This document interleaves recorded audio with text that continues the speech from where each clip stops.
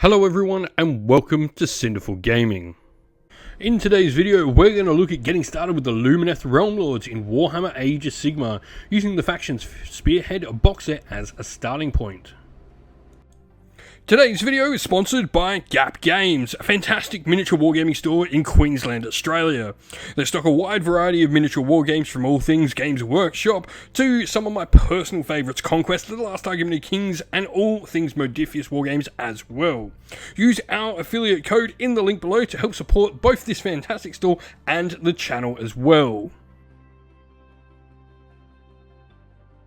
And so, leading the box set is a Scenari Catalar.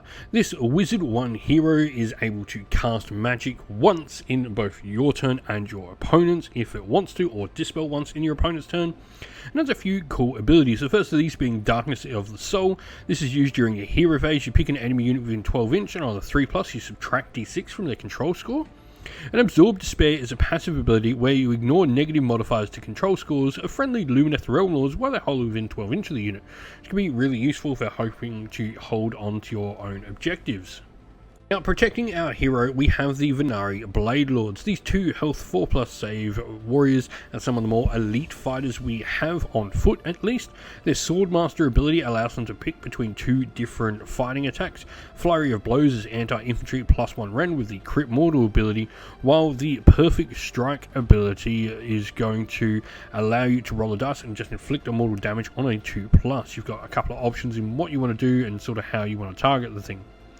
Now, their Guardian ability as well means while this unit has any friendly Scenari heroes within the combat range, both this unit and those friendly Scenari units will have Ward 5+.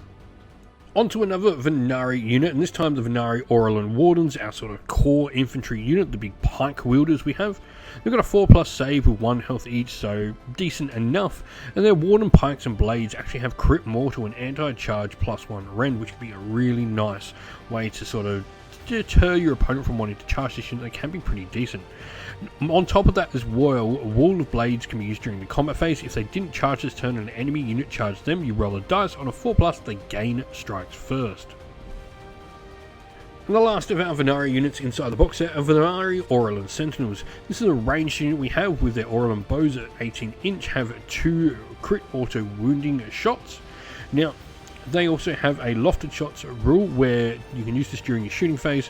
They add 6 inch to the range of their weapons, taking them to 24, which in Age of Sigmar is a pretty long range for their weapons, but they will be -1 to hit, so they drop to 4 to hit and 4 to wound, but they would still have that crit auto wound ability there as well to make use of.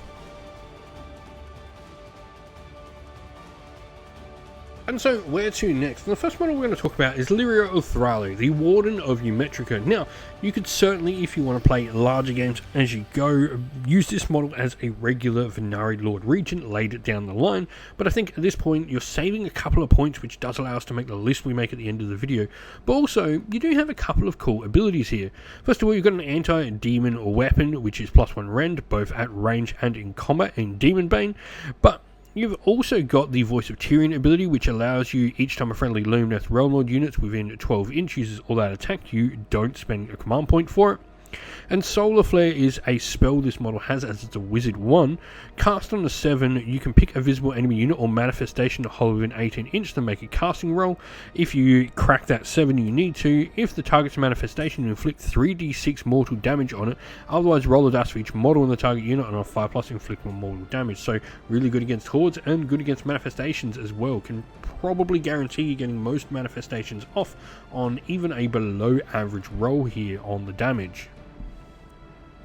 And lastly, we're going to look at a cavalry unit to bring some speed to our force, and that is the Venari Dawn Riders. 3 health each, a 3+ save, and a 14 inch move. Not only are they fast, they're one of the more tough units the Lumineth Realm Lords have. Their Dawn Rider Lances and Blade not only have crit mortal, but charge +1 damage, so on the charge they're going to be doing quite a bit of damage, with that crit mortal triggering 2 damage each.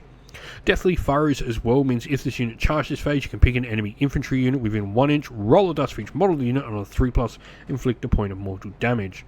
They also have a standard bearer in the unit as well. This is going to help them with a little bit of extra objective control.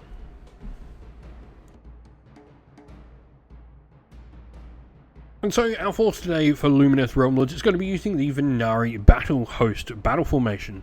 This gives us the Venari Brilliance passive ability, where we can use the Power of Haish ability in addition to any other facet of war we've used during the battle round, really just boosting up our Venari units even more. And so our first regiment is led by our Scenari Catelar. This model has taken the heroic trait first of all for the force called Masterful Tactician, where if we've got a friendly unit that uses redeploy, if we roll a 1 or 3 on that dice, we can just count it as a 4 instead, a pretty solid ability. And we've also taken the artifact power on this model, the Silver Wand, where if this unit is a wizard, it just simply adds 1 to its power level, so going to a power level 2 wizard. Now, for units inside the regiment, we then have our Venari Orlin Wardens and the Venari Blade Lords. Our second regiment is led by Lyria Uthral, the Warden of Geometrica, who is our general. Now, a big reason we actually had to pick someone else in here, so we didn't have to have any models in our force be auxiliary units, because the Venari Orlin Sentinels need one of the Venari Lords to take them in the unit, and Lyria Uthral does that job really well for them. So, for units inside the regiment, we have those Venari Orlin Sentinels, and then we also have a unit of Venari Dawn Riders. We hope this video was helpful in getting you started with Warhammer Age of Sigmar, and it was able to give you some ideas and inspiration to start your own force in the game. If you have any other questions at all, please comment down below, and while you're there, don't forget to drop a like, subscribe, and join our Discord server to check out all our future Warhammer Age of Sigmar content.